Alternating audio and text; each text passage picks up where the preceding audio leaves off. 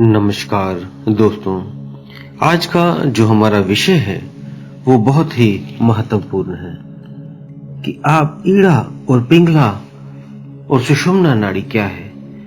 यूं तो 72,000 हमारी नाड़ी है, लेकिन ये तीन ही नाड़ी क्यों इतना अहम रोल हमारे शरीर में निभाती हैं, जिससे आपका भौतिक जीवन और आध्यात्मिक जीवन आपका बदल सकता है। तो कैसे इस नाड़ियों के विज्ञान को आप समझें कि जिसमें आप आध्यात्मिक उन्नति भी करें और जो भौतिक आपका शरीर है वो भी ठीक हो जाए। दोनों का समावेश है इन तीनों नाड़ियों का रहस्य। तो आज हम इन तीनों नाड़ियों के बारे में जानते हैं।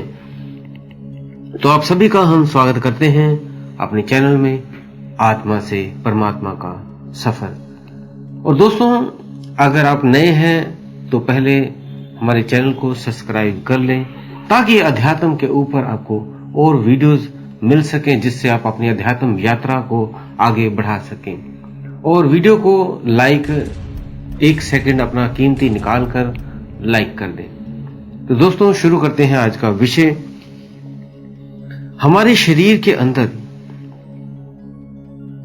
7 चक्र हैं जो इन श्वासों के द्वारा ही संचालित होते हैं। और अगर इस श्वासों को आप समझ गए तो आप चक्रों का विज्ञान भी समझ गए और स्वयं को भी समझ गए। इन नाड़ियों को समझने का मतलब है अपने आप को, खुद को जानना कि आप कौन हैं। तो इसके लिए आपको इसका ज्ञान होना बहुत जरूरी है।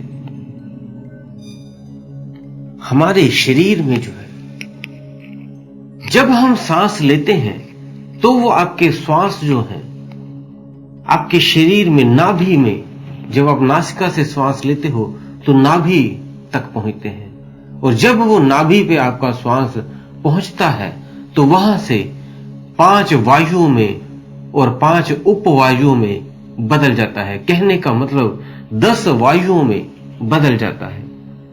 इन्हीं वायुओं के कारण ही आप आंखों को की पलकें झपकती हैं, हाथों का हिलना, खाने का पचना, सारी चीजें जो भी आप कार्य कर रहे हैं वो सभी इन वायुओं के कारण ही होती हैं। अगर वायु ये ना जाए तो ना ही ये 10 वायुओं में बदलेंगी और ना ही ये शरीर काम करेगा। इन्हीं वायुओं के कारण ही आपके जो जितनी 72,000 नाड़ियां हैं इनमें रक्त का संचार होता है, दिल का धड़कना, वायु का धड़कना, पंपिंग करना, तभी आपकी ब्लड सारी नाड़ियों में बहने लगता है। और इनमें से 3 मुख्य नाड़ियां हैं जिसे जानना बहुत ही जरूरी है ताकि आप स्वयं को जान सके। और इसमें आप जब स्वयं को जानेंगे तो इस शरीर के विज्ञान को भी जान लेंगे और अपने सूक्ष्म शरीर को, भौतिक शरीर को भी और अध्यात्म शरीर को भी जान पाएंगे। तो 3 नाड़ियां जो हैं वो हैं ईड़ा नाड़ी, पिंगला नाड़ी और सुषुम्ना नाड़ी।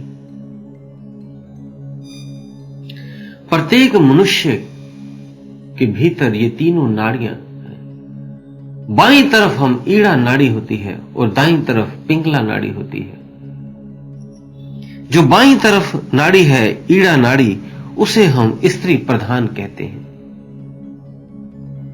ये हमारे नाड़ी जाकर ऊपर बाईं तरफ से जाकर दाईं तरफ के दिमाग के साथ जुड़ जाती है।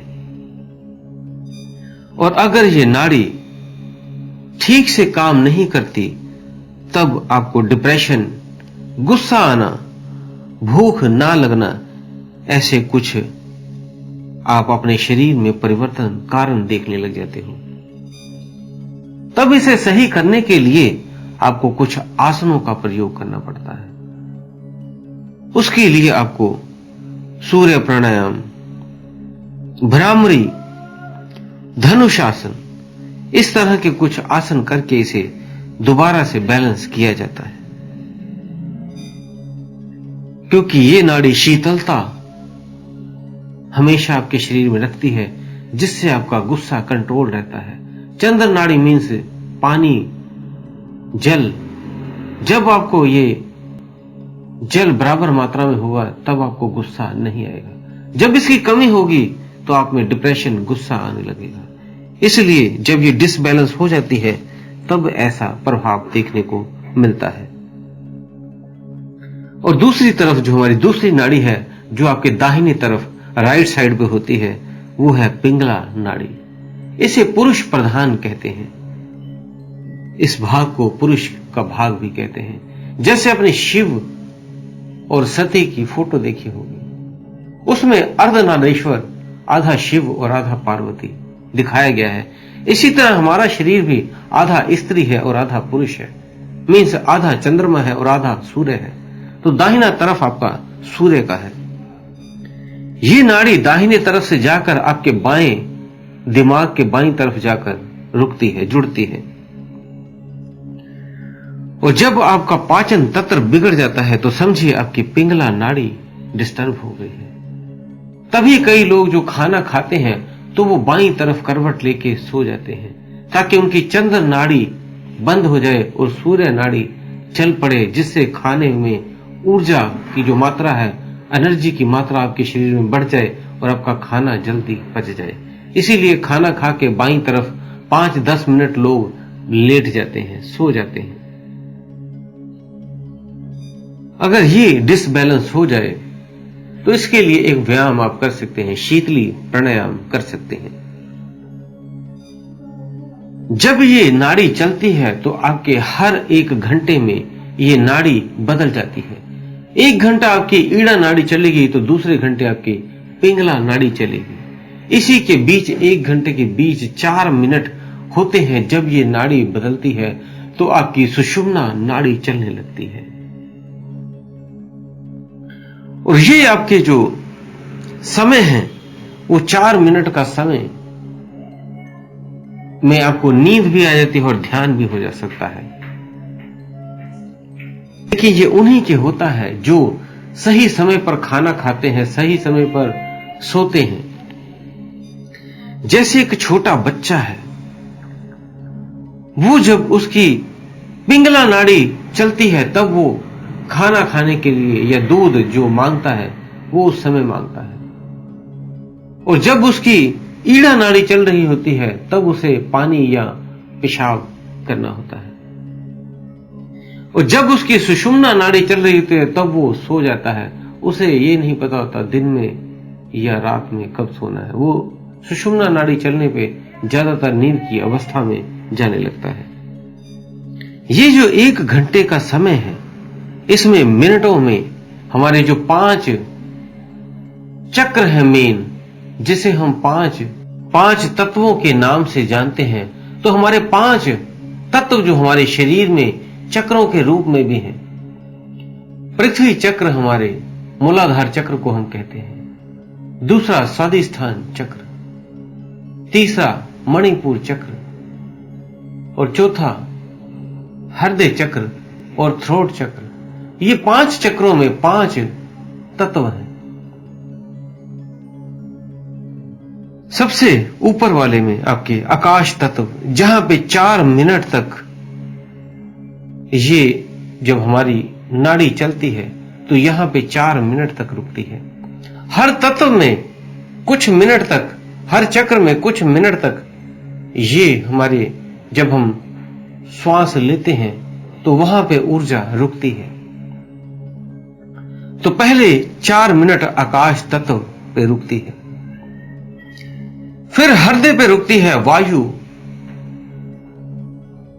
8 मिनट वहां रुकती है, और 12 मिनट आपके अग्नि तत्व पे रुकती है, और 16 मिनट आपके जल तत्व पे रुकती है, और फिर 20 मिनट आपके पृथ्वी तत्व पे रुकती है। मीन्स आपके मूलाधार चक्र पे रुकती है।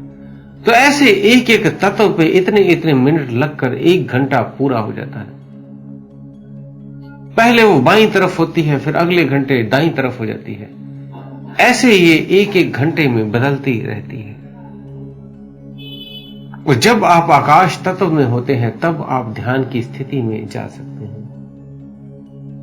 और जब आपने ध्यान करना हो, ध्यान रहे उस समय आपका भोजन के जो समय का अंतराल है वो 3 से 4 घंटे का होना चाहिए, ताकि आपके शरीर में भोजन ना हो। जैसे सुबह तभी कहते हैं ब्रह्म मुहूर्त में ध्यान करें, या सुबह उठकर नहा धोकर ध्यान करें, क्योंकि जब आप खा पी कर ध्यान करोगे तो आपकी ऊर्जा जहां जहां उसे चाहिए वहां वहां जाती है।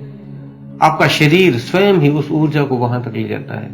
लेकिन ध्यान में ऊर्जा को ऊपर उठाना होता है, तो वो ऊर्जा अगर नीचे ही किसी चक्र के पास पहुंच के वहां वर्क कर रही है तो आपकी ऊर्जा ऊपर नहीं उठेगी। इसीलिए खाली पेट सुबह ध्यान करें, और जब रात को भी करना है तो खाने का 3-4 घंटे का अंतराल हो।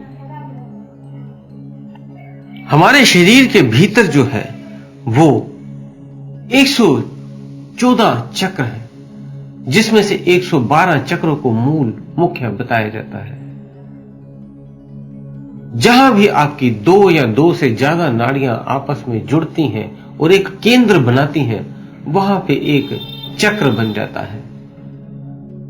तो ऐसे ही हमारे शरीर में लेकिन जो मुख्य 7 चक्र हैं उनको ही हम गिनते हैं, जिसे ध्यान साधना में आपको उन्हीं को जागृत करना होता है। जब आप कुंडलिनी शक्ति का ध्यान करते हैं, तब जब कुंडलिनी शक्ति जागती है, क्योंकि वो 3.5 कुंडल मारे आपके मूलाधार चक्र पर बैठी होती है, और जब आप ध्यान से उसे उठाते हैं तब वो शक्ति जागृत होती है और एक एक चक्र को जागृत करती ऊपर की तरफ चलती जाती है, और जागृत करके धीरे धीरे एक एक चक्र को, पहले मूलाधार, फिर स्वादिष्ठान, फिर मणिपुर, और फिर हृदय चक्र, अनाहत चक्र जिसे कहते हैं, फिर आपका विशुद्धि चक्र, और फिर आज्ञा चक्र, फिर सहस्त्रार, यहां तक वो ऊर्जा उठते उठते पहुंच जाती है।